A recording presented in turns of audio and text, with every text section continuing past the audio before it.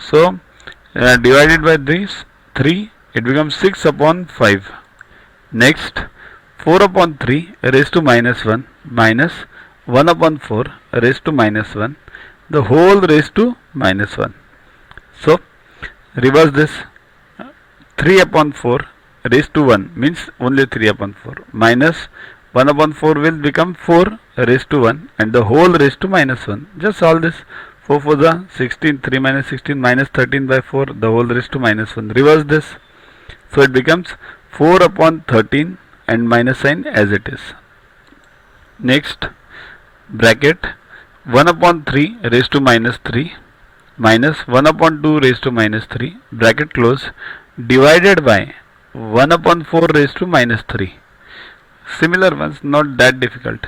So reverse this. 3 raised to 3 minus 2 raised to 3, bracket close, divided by 4 raised to 3, right?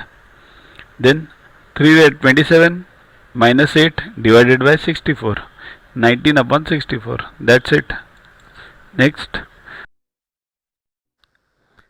To watch the videos further, kindly download Yuvaguru app from Play Store and follow the paid version in 10+2 section.